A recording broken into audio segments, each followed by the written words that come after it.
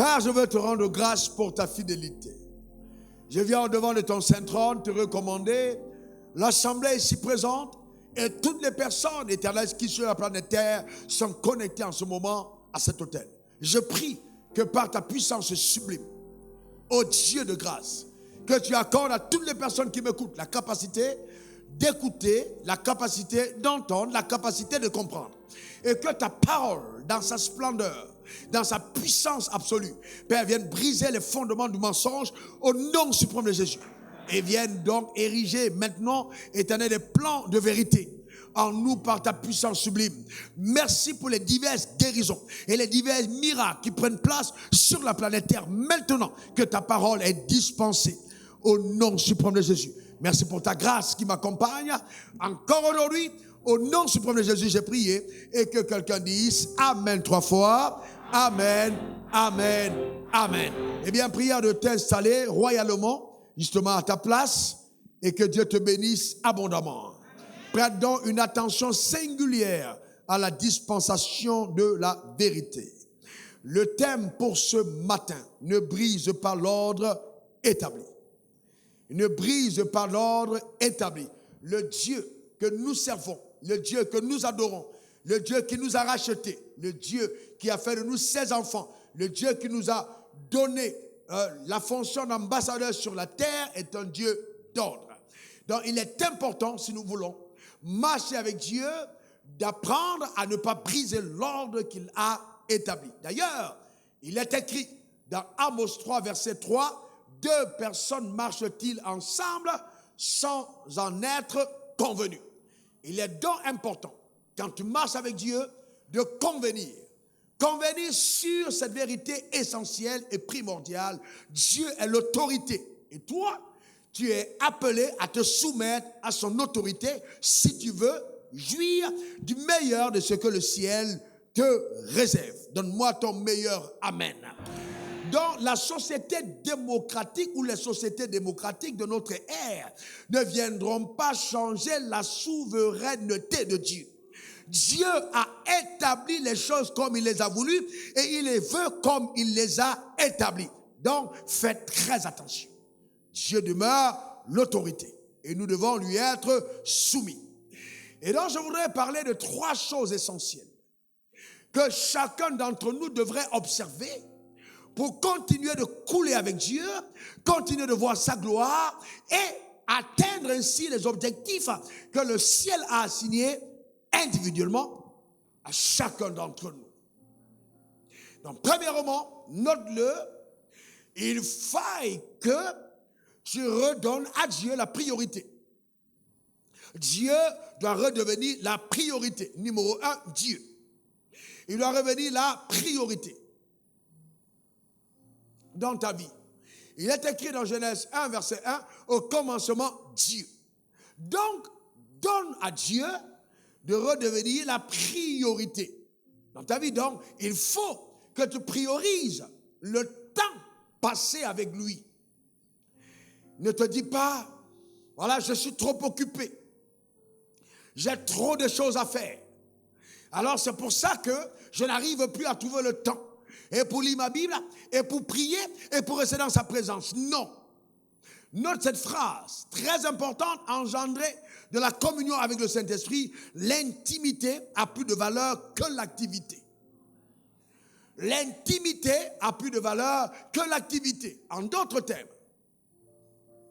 pour nous qui sommes croyants, ce n'est pas, voyez-vous, la multitude d'activités qui fera notre bonheur, mais ce sont les activités qui ont été engendrées ou qui ont été précédées par notre intimité. Donc, il faut donner à l'intimité sa place. Et vous allez vous rendre compte que notre Dieu est un Dieu très sage. Regardez ce qui est écrit dans Exode 20, verset 9 à 11. Tu travailleras 6 jours et tu feras tout ton ouvrage. Il dit, il y a 6 jours pour travailler. Mais le 7e jour est le jour du repos de l'Éternel, ton Dieu. Tu ne feras aucun ouvrage, ni toi, ni ton fils, ni ta fille, ni ton serviteur, ni ta servante, ni ton bétail, ni l'étranger qui est dans tes portes. Car en 6 jours, l'Éternel a fait les cieux, la terre et la mer, et tout ce qui y est contenu. Et il s'est reposé le 7e jour. C'est pourquoi l'Éternel a béni le jour du repos et l'a sanctifié. Donc dans le principe de Dieu, Dieu veut que tu aies 6 jours de travail et 1 jour de repos. Donc dans cet ordre-là, il faut comprendre que ce jour de repos, dans ce principe, Dieu est en train de te dire que tu ne peux pas passer ta vie à te tuer par l'activité. Mais tu dois avoir un jour qui lui est consacré, qui lui est dédié, le jour qui devient la ressource de tes sources. Voyez-vous, c'est très important. C'est très important. Voyez-vous, ce jour de repos, ce jour mis à part, ce jour dédié à l'Éternel. Lui-même a travaillé 6 jours. Il y a des gens qui pensent, oh non, il faille que je sois en activité parce que je suis trop occupé.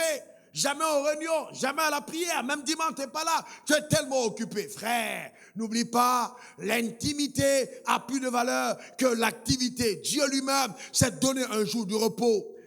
Il faut apprendre à te reposer en Dieu.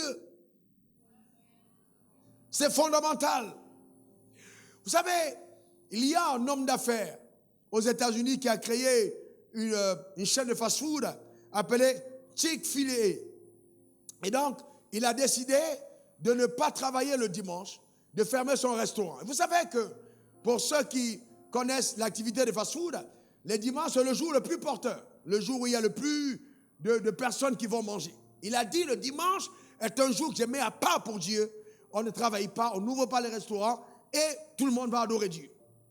Et donc, au lieu que ces activités baissent 2 millions de chiffres d'affaires, il est monté à 5 millions de chiffres d'affaires. Alors qu'il a ôté un jour comme étant le jour de repos.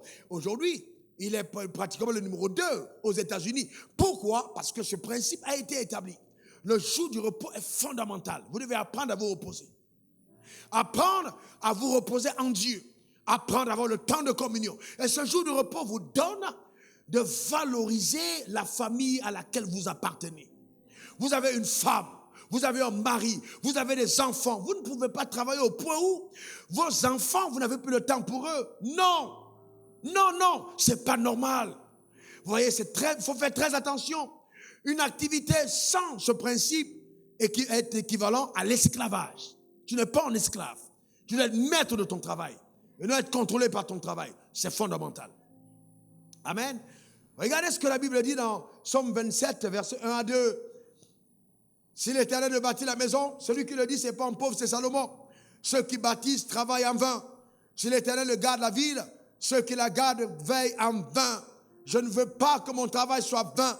Je ne veux pas que ton travail soit vain. Je ne veux pas que ta veille soit vaine. C'est pour ça qu'il est important que tu puisses donner à Dieu, justement, d'être avec toi au commencement.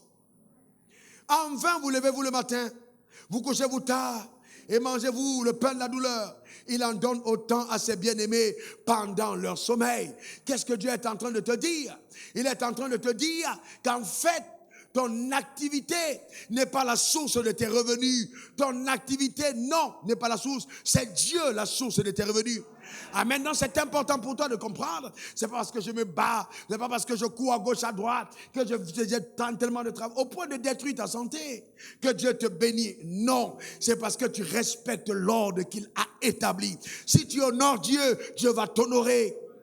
Voyez-vous, je te dis, cette année, je déclare sur ta vie et les années à venir, tu ne mangeras pas le pain de la douleur, le pain de la souffrance. Donne-moi ton meilleur amen. C'est quoi le pain de la douleur? C'est le pain où tu travailles et tu ne peux même pas en jouir parce que tu es malade. Ta famille est disloquée. Tes enfants et toi, vous n'avez pas de communion. Eh bien, ce n'est pas ça que Dieu veut pour toi. Ce n'est pas ça le bonheur. Dieu veut te donner un pain qui va t'introduire dans le repos. Je l'appelle le pain de la nuit. Ta manière de dire amen m'embête. Je dis cette année, Dieu te donnera du pain pendant que tu dors. Pendant ton sommeil. Les contrats seront signés. Les marchés te seront accordés. Pendant ton sommeil, ton patron va valider ta promotion. Pendant ton sommeil, il y aura augmentation de salaire. Pendant ton sommeil, on décidera de te donner de nouveaux marchés. Parce que tu as honoré l'Éternel, ton Dieu, dans le nom suprême de Jésus. Donne-moi 3 bons amen. Est-ce que vous savez que les choses de Dieu, on ne l'explique pas toujours? Comment comprendre que quelqu'un qui enlève un jour d'activité à son chiffre d'affaires multiplié par 5? Ça ne s'explique pas. Eh bien, je veux te dire, les choses qui arriveront dans ta vie ne seront pas explicables. Eh bien, il faut que tu le retiennes. Elles ne seront pas explicables. Si on peut expliquer ce que Dieu fait avec toi, alors ce n'est pas Dieu qui travaille. Parce que le Dieu que nous servons est un Dieu de surnaturel. Et pour bénéficier de ce surnaturel, il faut respecter l'ordre qu'il a établi au commencement, Dieu. Au commencement, Dieu. Grâce à ça, le livre que j'ai entre mes mains est un livre de vérité. Est-ce que vous comprenez? Ce n'est pas la constitution d'un pays, c'est la constitution du royaume des cieux. Ce livre est puissant. Et si vous mettez votre confiance dans ce livre est capable d'embellir et de changer votre histoire. Ce n'est pas parce qu'il est moins cher ou parce que tu l'as eu gratuitement qu'il n'est pas puissant. Ce livre est terrible. C'est le seul livre capable de prendre l'indigent de la boue, le pauvre, et le faire asseoir avec les rois. Ce livre est un livre de sagesse élevée. Ce livre est terrible. Si vous honorez ce livre, votre vie sera embellie. Nous sommes dans une génération de personnes égarées et perdues. Des personnes riches, mais pauvres. Ce n'est pas de ça qu'il s'agit. Parce qu'on a abandonné l'ordre des choses. Il faut revenir à l'ordre. Tu n'as pas besoin de souffrir comme un esclave. Tu n'as pas besoin de truquer, de voler, de magouiller. Tu n'as pas besoin de ça. Il y a tellement de choses terribles qu'on voit aujourd'hui les gens faire. Non, il te faut avoir du temps. Regardez ce que la Bible dit dans Ésaïe 58, verset 13 à 14. Tu retiens ton pied. Si tu retiens ton pied pendant le sabbat, pour ne pas faire ta volonté en mon saint jour. Si tu fais du sabbat tes délices, pour sanctifier l'Éternel en le glorifiant. Est-ce que vous savez que certains d'entre vous, même votre manière de venir à l'église le dimanche, c'est embêtant? Parce que vous devez montrer dans votre repos, dans ce jour consacré à Dieu, que vous honorez une divinité invisible. Quand les gens vous voient sortir de votre quartier, quand on se demande en quelle fête vous êtes en train d'aller, quel est l'endroit où vous êtes en train de partir, vous êtes en train d'aller rencontrer la personnalité la plus importante, qui vous a convoqué auprès d'un hôtel pour parler à vos vies. Si tu fais du sabbat tes délices pour sanctifier l'Éternel en le glorifiant. Si tu l'honores en ne suivant point tes voies et en ne te livrant pas à tes penchants et à tes vains discours, regarde la suite.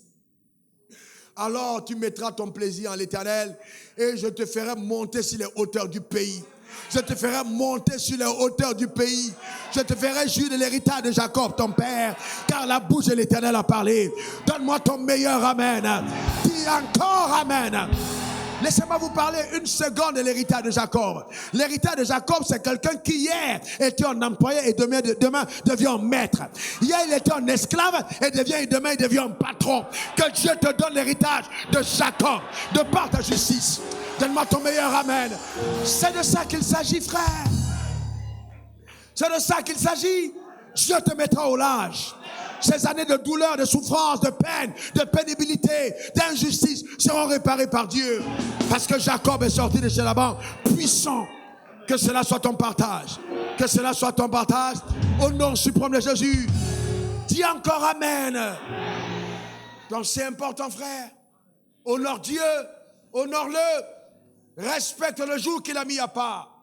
Vous savez, pour moi individuellement, il y a 2 jours de la semaine, vous allez tout faire pour m'avoir, vous ne m'aurez pas. Si ce jour vous me cherchez pour un marché, vous n'aurez pas ce jour-là. Parce que ce jour, je les ai dédiés à Dieu. C'est un jour consacré, des jours abandonnés entre les mains du Seigneur. Donc la raison de la floraison spirituelle, de la richesse, de la révélation n'est pas accidentelle. C'est parce que l'ordre a été respecté. Ces jours sont mis à part pour être avec Dieu. il y a tellement de distractions, les WhatsApp, les Twitter, les Instagram, les ceci, les cela, les Facebook, que vous devez apprendre à être violent spirituellement et mettre en joue à part pour saturer votre homme intérieur de la richesse infaillible de Dieu. Donne-moi le meilleur des amens. Alléluia. Que la pensée de Dieu s'enracine en toi. C'est très important. Sans laisser ta vie être ténaillée, tirée, agitée à gauche, à droite, par des raisonnements tordus, pervers, mensongers, qui pendant longtemps ont maintenu les générations dans la captivité. Il faut sortir de là. Et la seule révolution n'est possible qu'en laissant la parole de Dieu, la priorité dans ta vie. Alléluia. Frères et sœurs, notre Dieu est extraordinaire. Ils disent non, les églises vous dépouillent. On vous demande 10% de vos salaires. On vous demande de donner. Mais je vais vous dire une chose. Faites l'exemple. Je vous donne l'autorisation pendant 3 mois. Ne donnez pas. Et venez me donner les résultats après. Frères et sœurs, Dieu est extraordinaire. Celui qui donne a toujours beaucoup. Celui qui donne jouit de beaucoup. Comment on l'explique? Je ne peux pas l'expliquer. Mais ce qui est sûr, c'est que quand vous donnez, vous avez toujours. Et quand vous ne donnez pas, la vie n'est pas agréable. C'est comme si vous mangez du riz avec du sable. Il y a quelque chose qui vous manque. Vous dormez avec des couvertures, mais vous n'êtes pas couverts. Vous êtes habillés, mais vous vous semblez nus. Mais alors que le bonheur et la grâce vous accompagnent tous les jours, parce que vous êtes obéissants à sa parole. Que cette parole prenne la première place dans ta vie. Donne-moi le meilleur des amens. Alléluia. Amen. Donc, nous revenons à Dieu comme étant la priorité absolue de nos vies. La priorité. La priorité. La priorité. Le temps pour Dieu. Le temps pour ta femme. Le temps pour tes enfants. Le temps de te mettre à part. De passer le temps avec eux. De jouer. D'aller même en week-end. Il n'y a aucun souci. Voyager en vacances. Dieu n'a pas de problème avec ça. Sortons de la religion. Sortons de tout ce qui nous détruit. Amen. Dieu a fait toutes choses afin que nous en jouissons. La vie n'est pas un parcours d'esclaves. Non, non, non, non. Mais plutôt une arène de rois.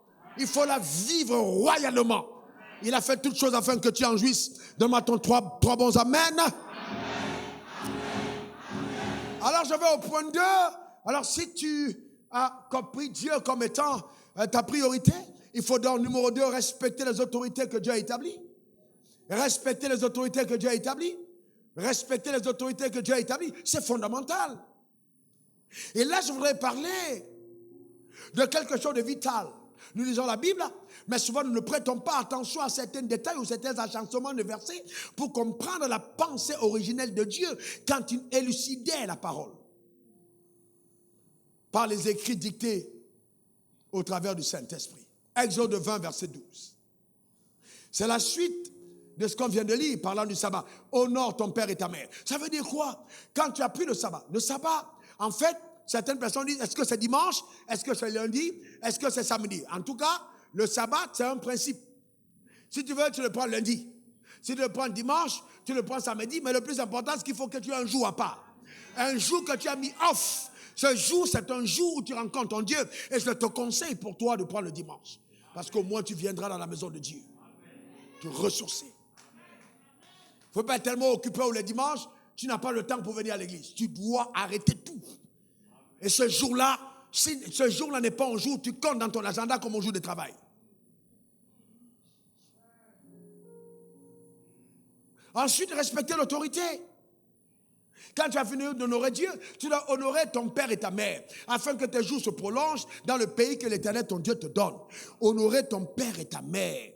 Vous savez que la base, la fondation de nos vies, l'apprentissage de l'autorité nous est en premier enseigné à la maison. Dans la maison. Et c'est pourquoi Satan combat la famille. Parce que la famille, c'est le premier socle où l'autorité est enseignée. Donc c'est dans la maison qu'on enseigne, voyez, l'autorité. Et c'est pour ça qu'il est dit de ne pas éloigner le fouet dans l'éducation de l'enfant. Parce que la punition va redresser l'enfant et va amener l'enfant à comprendre que même si ton papa te donne les bonbons, ton papa n'est pas ton ami. Ton papa est ton leader et tu dois te soumettre. Est-ce que vous comprenez? J'ai vu des gens, ils sont là, oui, ils ont là, vous venez à la table et ton premier fils vient, il s'assoit sur ta place pendant que tu es vivant. C'est une malédiction. Amen. tu dois le mettre à genoux et puis il doit avoir quelques coups de fouet avant d'aller prendre ta place. Amen. C'est très important. Vous devez apprendre l'autorité. Même ta femme à ta place ne s'assoit pas. C'est la place de papa. C'est l'autorité. Si vous ne respectez pas ça, vous ne respectez pas Dieu. Ah ouais? Ah non. Vous ne respectez pas ça, vous ne respectez pas Dieu. Donc c'est dans la maison. Il ne faut pas jouer avec les choses sacrées. Ne joue pas avec les choses que Dieu a instituées. Pas du tout. Ne joue pas avec ton pasteur. Si tu as raté ça dans la maison, ne le rate pas à l'église. Ta mère t'a nourri avec les saints.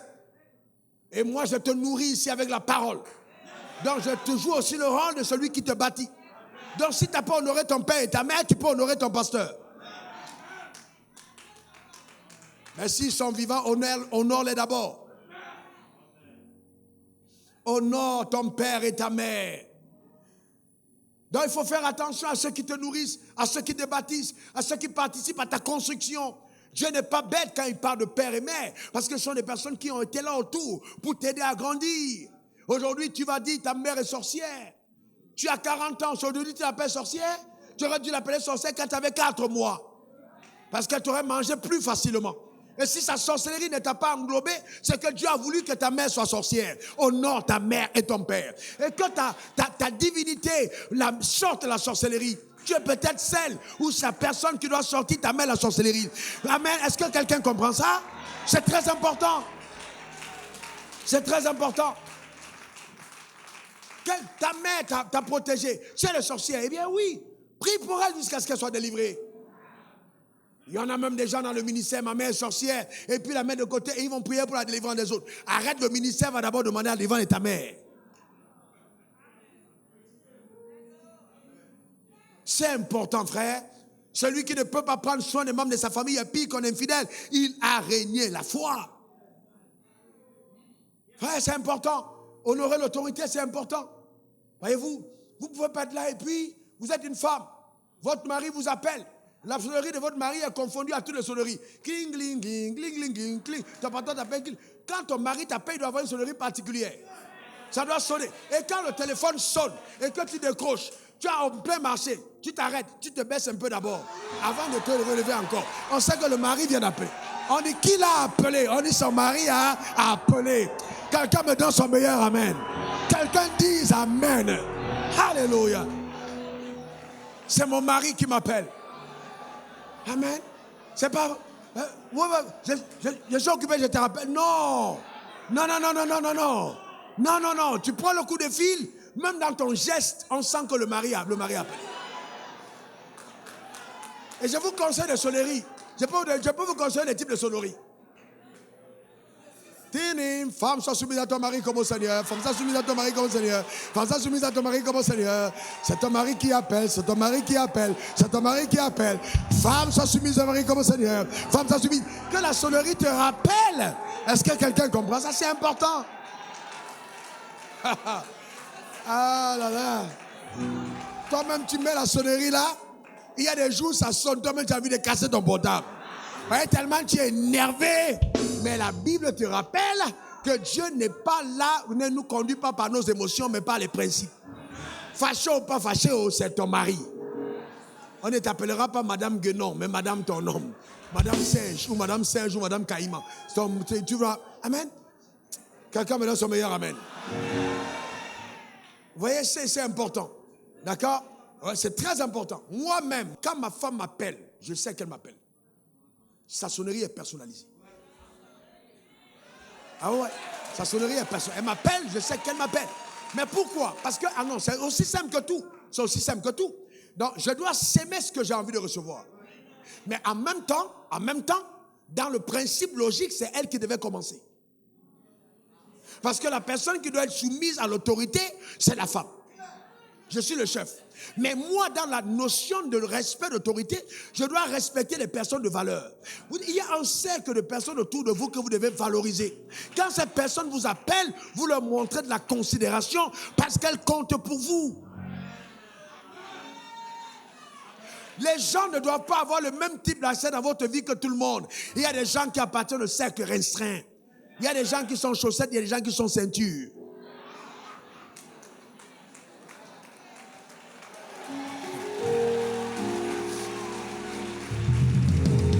Quelqu'un dans son meilleur amen.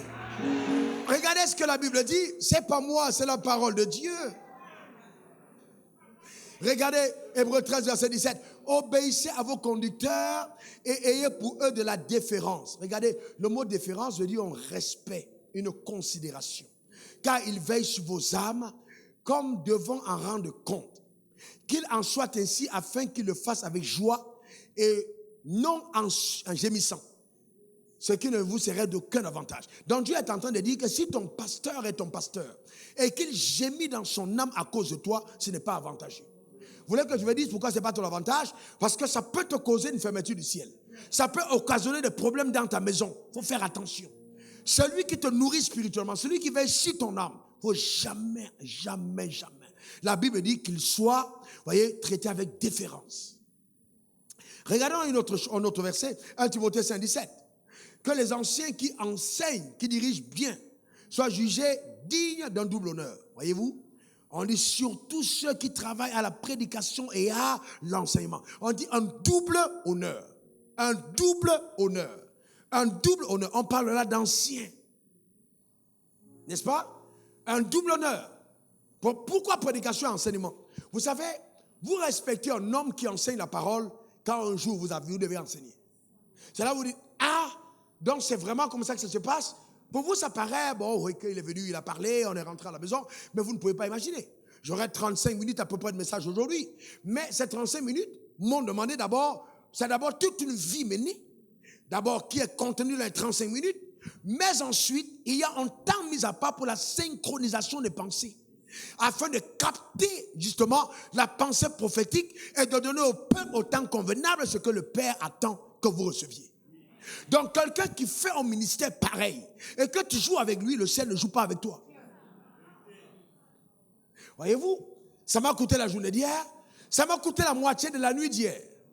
Ça m'a coûté de me lever très très tôt ce matin, d'être en hondandanderibo, sanderikatakataka, d'une extrême sensibilité, pour être sûr de capter jusqu'à la dernière seconde toutes les phrases que le ciel veut que tu entendes, pour que ta vie passe à un autre palier.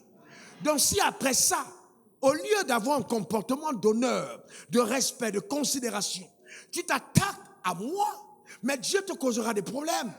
J'aurais souhaité qu'il ne le faille pas, mais c'est son ordre. Quand tu as pris l'ordre, alors le désordre s'installe dans ta vie. Et c'est ça le problème que nous avons dans nos nations francophones. Nous ne sommes pas très respectueux parce que nous avons un mauvais héritage, justement, de la France, où on ne respecte pas certaines choses. L'autorité doit être respectée. Ah ouais. Vous voulez que j'aille plus loin? Votre pasteur, sa sonnerie dans votre portable doit être singulier.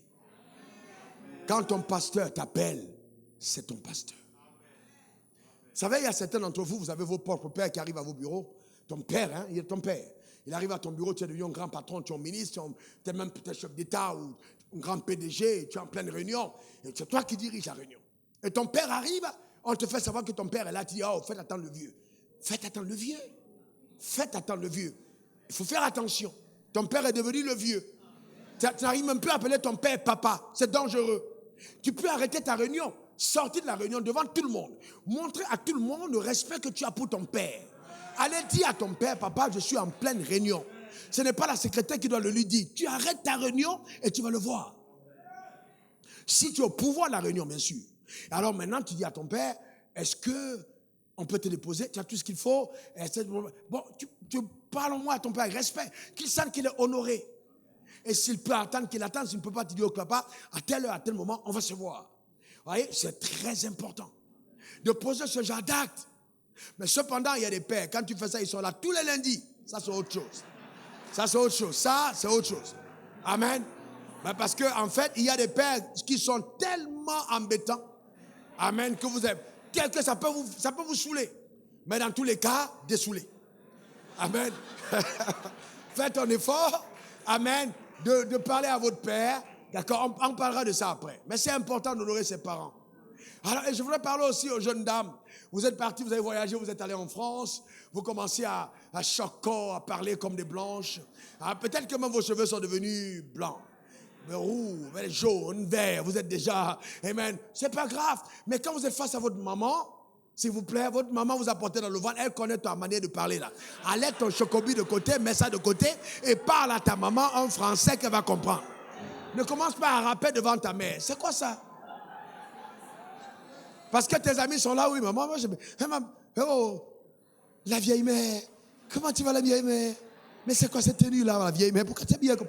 Mais les tenues là, qui doit habiller ta mère si ce n'est pas toi? Vous voyez, faites attention à comment est-ce que, voyez-vous, vous parlez à vos parents. Quel que soit le niveau d'éducation, quel que soit le complexe que vous transportez, soyez décomplexés à l'égard de vos parents.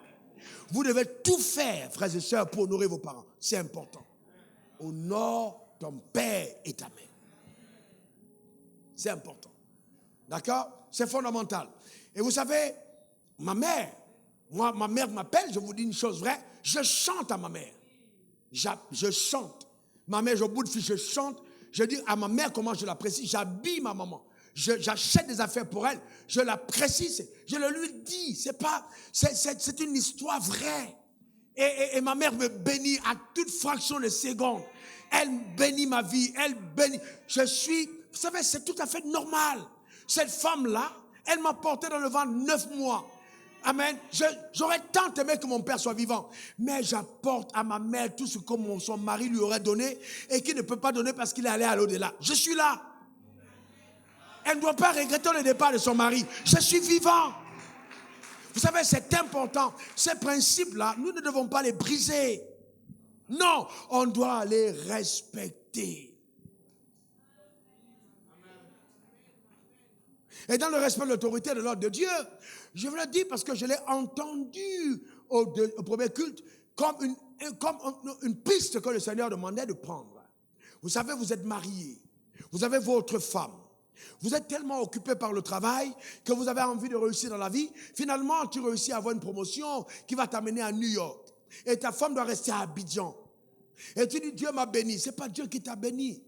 Parce que si le mariage, vous devez être séparés, et que la femme commence à vivre au nord, autour c'est toi qui envoies ta femme au nord, tout ça, c'est un danger. Parce que la Bible est contre ça. Ce n'est plus au mariage. Vous êtes en train simplement d'avoir une cohabitation intelligente, d'une intelligence humaine pour vous en sortir dans la vie. Les mariages, vous êtes faits pour être ensemble. Regardez ce que la Bible dit. C'est pas moi, c'est le Seigneur. Attention. Et vous faites attention, c'est pas parce que la fonction publique tolère. Normalement, quand tu es bien régulé, ça ne doit pas être fait. Alors, on doit tenir compte de la position du conjoint pour envoyer le conjoint en affectation. Parce qu'il s'agit là d'une famille. Et donc pendant longtemps, même les nations développées ont, par le biais du regroupement familial, compris la nécessité d'avoir une famille ensemble. Parce qu'un homme qui est avec sa femme et avec ses enfants, il n'est pas déréglé. Il y a un certain sens de responsabilité qui se développe par la proximité de cette couverture divine à tes côtés. Tu ne dois pas t'en séparer, c'est très important. Et une femme seule quelque part, ce n'est pas sûr que c'est madame. Donc, vous savez, Dieu n'est pas bête. Regardez ce que la Bible dit, 1 Corinthiens 5, verset 7 à 6. Les gars, on est sérieux, hein, n'est-ce pas? La Bible ne ment pas, on est d'accord. Ne vous privez point l'un et l'autre, si ce n'est d'un commun accord pour un temps, afin de vaquer à la prière, puis retourner ensemble de peur que Satan ne vous tente par votre incontinence. On s'adresse à qui? Au mari, n'est-ce pas? Voilà, c'est pas aux célibataires. Je dis cela par condescendance. Je n'en fais pas en ordre. Donc la Bible dit que quand vous êtes mariés, ne vous séparez pas pour un long moment. Donc dans le plan de Dieu, dans l'ordre, vous devez être ensemble. Sinon après, vous aurez des portes à toutes sortes de tentations, c'est ce que la Bible dit. Et donc il est important que vous soyez ensemble. Ah ouais, mais pasteur, il s'agit du travail. Eh bien, si le travail te l'impose, abandonne ce travail. Pasteur, je veux te dire une chose. Il y a des choses qui n'arrivent dans ta vie que quand tu as lancé le défi à Dieu d'obéir à sa parole. Il y a des miracles et des personnes que tu n'auras jamais tant que tu n'auras pas perdu quelque chose en obéissant à la parole de Dieu. Je te garantis. Et Dieu ne te donnera pas le futur travail si tu n'as pas décidé toi-même de rester sur sa parole. Ça peut paraître une grande perte, mais les jours à venir, tu vas danser. Tu vas chanter, tu vas dire maman, tu as souhaité 40 ans, 50 ans, tu vas crier maman, oh, ce qui m'arrive là, c'est juste extraordinaire. Tellement la grâce de Dieu t'aura localisé. Donne-moi ton meilleur amen. Dis encore amen. Donc c'est important. Et vous savez, très, très, très important. Et donc, tu dois bénéficier d'une grâce, il faut l'honorer. Marie, femme, honore ton mari. Bénéficier de la grâce de ton mari, tu dois honorer. Tu as une grâce que tu dois avoir, tu dois honorer. Une grâce qui t'est faite, tu dois honorer la grâce. Le mari honore sa femme. Pour bénéficier d'une grâce, tu dois honorer la grâce. Donc, un vrai père sur ta vie, une vraie autorité sur ta vie, recherche ton succès, ton bien-être et non tes émotions. Il recherche ton succès, ton bien-être et non tes émotions. Et c'est là où beaucoup de parents fautent. Nous sommes très émotifs avec nos enfants sans rechercher leur bien-être. Souvent, la discipline est importante. Les pleurs sont indispensables pour l'équilibre de l'enfant. Ce n'est pas toujours que l'enfant doit rire. Il y a des moments où il doit pleurer à cause de la rigueur de l'autorité que tu incarnes. Et c'est pour ça qu'en fait, un mentor ne te fait pas toujours des choses que tu veux avoir, que tu veux entendre. Il te dit parce que tu veux entendre. Quelqu'un qui marche avec toi et qui ne peut pas te dire ce que tu n'as pas envie d'entendre, ce n'est pas quelqu'un qui t'aime. Les amis qui sont avec toi et qui t'aiment pas, parce qu'un ami, c'est normal. En tout cas, il est comme ça, on le prend comme ça, c'est ton ami. Mais ton père ne te prend pas comme ça. Ton père veut que tu changes. Ton mentor que Dieu a mis sur ta vie veut que ta vie devienne meilleure. Et pour cela, il va s'investir pour qu'elle change. Voilà la différence. Donc, ce n'est pas une question d'émotion, c'est une question de principe. Dans un leader, un mentor, il a de l'avance. Il y a des choses qu'il connaît. Il a souffert et enduré certaines choses. Donc, ne pense pas que tu es plus sage, plus intelligent. Quelqu'un te donne des conseils, même quand tu n'as pas compris, comprends. Comment comprendre quand tu n'as pas compris? Fais ce qu'on t'a demandé de faire, même quand tu n'as pas compris, et tu comprendras quand tu seras en train de faire. Ah oui, c'est important. C'est très important. Il est fondamental. Parce qu'en fait, on grandit. Et si quelqu'un est un mentor pour toi et que tu sais que son mentor, son père pour toi, et qu'il te parle, eh bien, en ce moment, arrête-toi. Et puis, l'intelligence obéit. On ne brise pas l'ordre. On ne brise pas l'ordre. Ah, ça va te faire gagner tellement en temps. Ça va faciliter tellement de choses dans ta vie. Ça va tellement te protéger que vraiment après, tu diras, ah, papa, merci. Et sinon, après, ce sera des regrets. Il peut être trop tard. Troisième point, faites attention à l'offense ou la déception. Faites attention à l'offense ou la déception. Beaucoup de personnes passent à côté de toutes les grâces parce qu'elles tombent dans le piège de l'offense. Elles sont offensées. Oh, je n'ai pas aimé cette façon de faire. Il y a des gens qui sont offensés par des messages. Il a prêché tel message, mais pourquoi il prêche ça? Pourquoi il parle de ça? C'est de moi il parle. Hé, frère! Hé, ma soeur, toi aussi, ton courage est fort, hein? Voyez-vous, c'est important de faire attention. Il faut faire attention. D'accord? D'être offensé, l'offense va détruire ton zèle. L'offense va détruire ton feu. Au départ, tu étais engagé, mais maintenant, là, tu es là. On ne te sent plus parce qu'on a fait quelque chose qui t'a heurté. Quel type de croyant tu es? La marche par la foi est une marche dans l'amour. Et l'amour pardonne, l'amour supporte, l'amour endure. Si tu es avec quelqu'un et que c'est à cause d'une erreur que la personne a commise, que tu te sépares d'elle, alors tu n'as jamais aimé la personne. Et ça veut dire que toi-même, tu as un déséquilibre quelque part. Fais attention.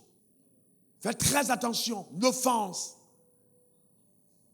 On a tous des raisons d'être offensés, mais nous devons choisir de ne jamais l'être.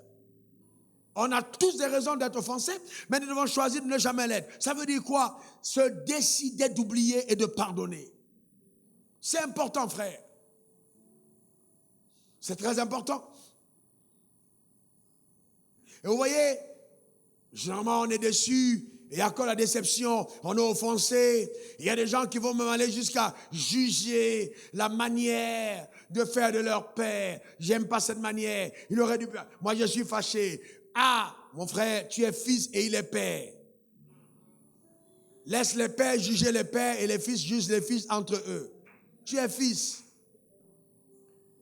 Donc, s'il y a quelque chose qui t'embête, il faut en parler. Au lieu d'être offensé, mais en parler avec respect. D'accord? Avec respect. On ne parle pas à une autorité comme si on parlait à un ami. Et c'est pour ça que beaucoup de femmes passent à côté de la science intelligente qui donnerait d'être une belle aide. Tu ne parles pas à ton mari n'importe comment.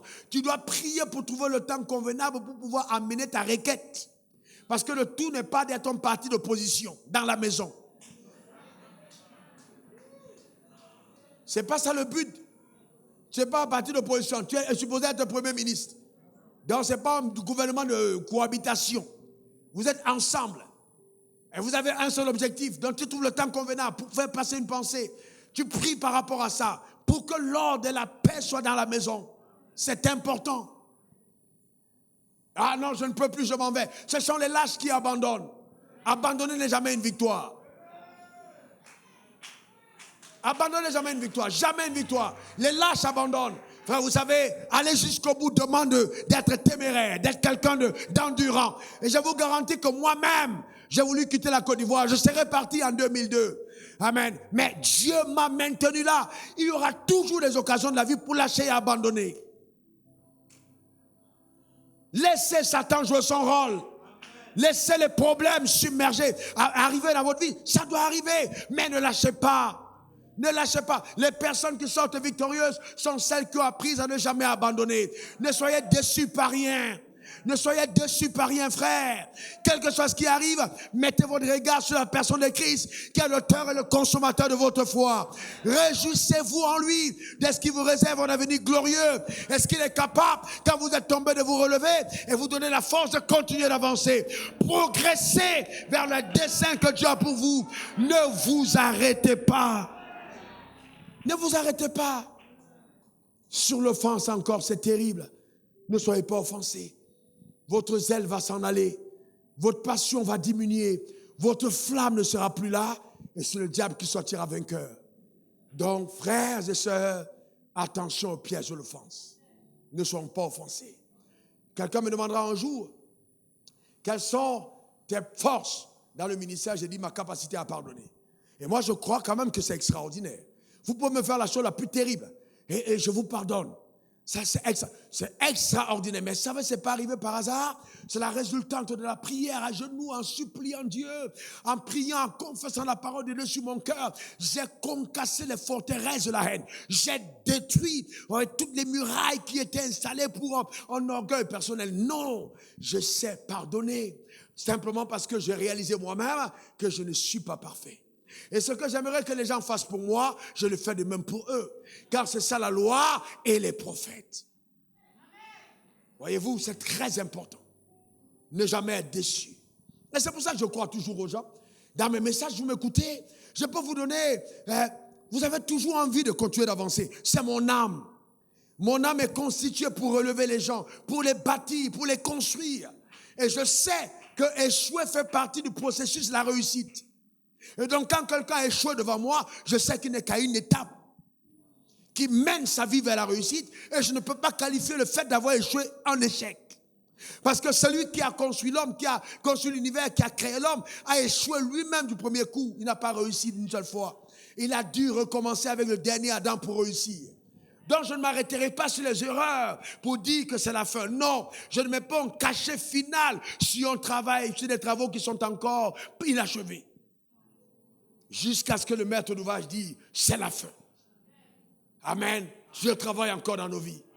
Personne parmi nous ici n'est parfait. Personne. Personne sur cette terre n'est parfait. Aucun prédicateur n'est parfait. Aucun enseignant n'est parfait. Personne n'est parfait. Mais le lien de la perfection, c'est l'amour. Si vous décidez de pardonner, de ne pas être offensé, vous connaîtrez la beauté de l'amour. C'est incroyable que de savoir embrasser quelqu'un qui hier t'a fait un tort. C'est beau. Surtout quand la personne en face est repentante. C'est fabuleux. Que Dieu bénisse ta vie, qu'il comble ton âme et qu'il te donne de passer à un autre palier de ta vie, de ta destinée, dans le nom suprême de Jésus. Donne-moi 3 bons amen. Alléluia. Amen. Nous allons baisser notre tête, nous allons prier. Prier chacun d'entre nous afin que Dieu reprenne sa première place cette année, cette saison de nos vies, qu'il reprenne la première place. Prions chacun d'entre nous afin que les autorités instituées par Dieu, nous les honorons. Que le principe de l'honneur soit quelque chose qui soit assimilé à notre vie de tous les jours. Et qu'ensuite, personne de nous ne se fasse happer par le piège justement de l'offense. Élève ta voix, prie le Seigneur. Demande de toute ton âme au devant du trône de la grâce. Prie de tout ton cœur, demande-le à Dieu dans le nom suprême de Jésus. Demande-le à Dieu, élève ta voix, crie à Dieu, parle à ton Père, parle à ton Maître. Demande-le de tout ton cœur dans le nom suprême de Jésus. Élève ta voix, élève ta voix. Demande-le à Dieu dans le nom suprême de Jésus. Demande-le de tout ton être à Dieu au nom suprême de Jésus. Père, je veux te rendre grâce pour ta fidélité. Honneur et gloire, règne et triomphe à toi, Seigneur, pour tes œuvres au nom suprême de Jésus. Alléluia. Merci Seigneur pour ta fidélité. Alléluia. Amen. Eh bien, cette nuit, pendant que je priais, je me sentais un moment poussé à arracher certaines personnes de la captivité, des mains de Satan. Et j'ai commencé à faire des prières d'autorité pour briser les chaînes, détruire certains voiles sur la vie de certaines personnes. Tu es ici ce matin.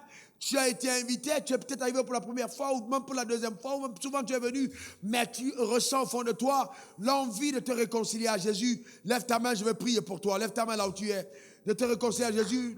Tiens-toi debout, tiens-toi debout. Vous êtes nombreux parce que vous êtes nombreux, tiens-toi debout. Tiens-toi, venez rapidement. Venez, acclamez le Seigneur. Quelque chose prend place dans ta vie. Acclamez le Seigneur pour elle. Rando kebro takabrendo kobra kata. Ah oui, ne laisse pas ta vie sous le contrôle de la sorcellerie, sous le contrôle de Satan. Ne laisse pas ta vie, ne laisse pas ta... Roba kanda rababo, rondo kobrondo robabo, chatarababo, rondo roba katarababa. Ne laisse pas ta vie sous le contrôle de la sorcellerie, sous la puissance du mal.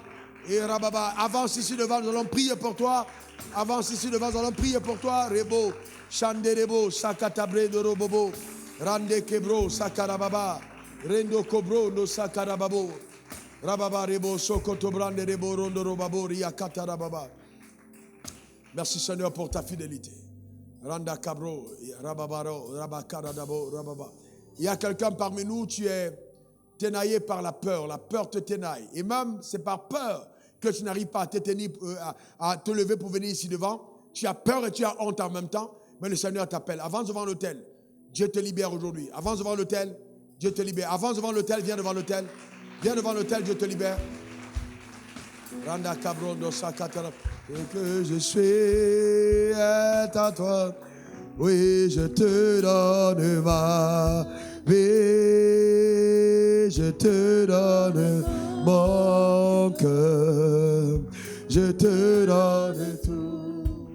Ce que j'ai, je t'appartiens. Oui, je te donne ma vie. Donne ma vie. Oh oui, je te donne mon cœur. Je te donne tout. Ce que j'ai, ce que je suis est à toi. Je te donne ma vie. Je te donne mon cœur. Je te donne tout. Ce que j'ai, je t'appartiens. Lève ta main droite vers le ciel, toi qui es ici devant. Tu es connecté en direct, tu veux donner ta vie à Jésus, lève ta main droite vers le ciel, te réconcilier avec lui. Répète après moi ces paroles. Seigneur Jésus, j'ai entendu ta parole, mon cœur est touché. Et ce jour, je veux me réconcilier, faire la paix avec toi. Je demande pardon pour mon péché. Que ton sang me lave, que ton sang me purifie. Opère dans ma vie un miracle profond. Change-moi de l'intérieur. Au nom de Jésus. Oui, écris mon nom dans le livre de vie. Merci Jésus. Je divorce. Je divorce avec Satan. Je divorce avec Satan. Je divorce avec les malédictions. Je divorce avec l'échec. Je divorce avec la maladie. Je divorce aujourd'hui. Au Père accompli dans ma vie. et par ma vie ton œuvre. Au nom suprême de Jésus, amen. Amen et amen. Et moi je prie pour toi, je demande que la grâce du Seigneur te soit accordée, que le miracle de la nouvelle naissance soit ton plein partage au nom suprême de Jésus, que par la puissance extraordinaire de Dieu, son œuvre dans ta vie soit pleinement accomplie. Au nom suprême de Jésus, j'ai prié. Amen. Amen et amen. Reçois ces fiches. Reçois-les.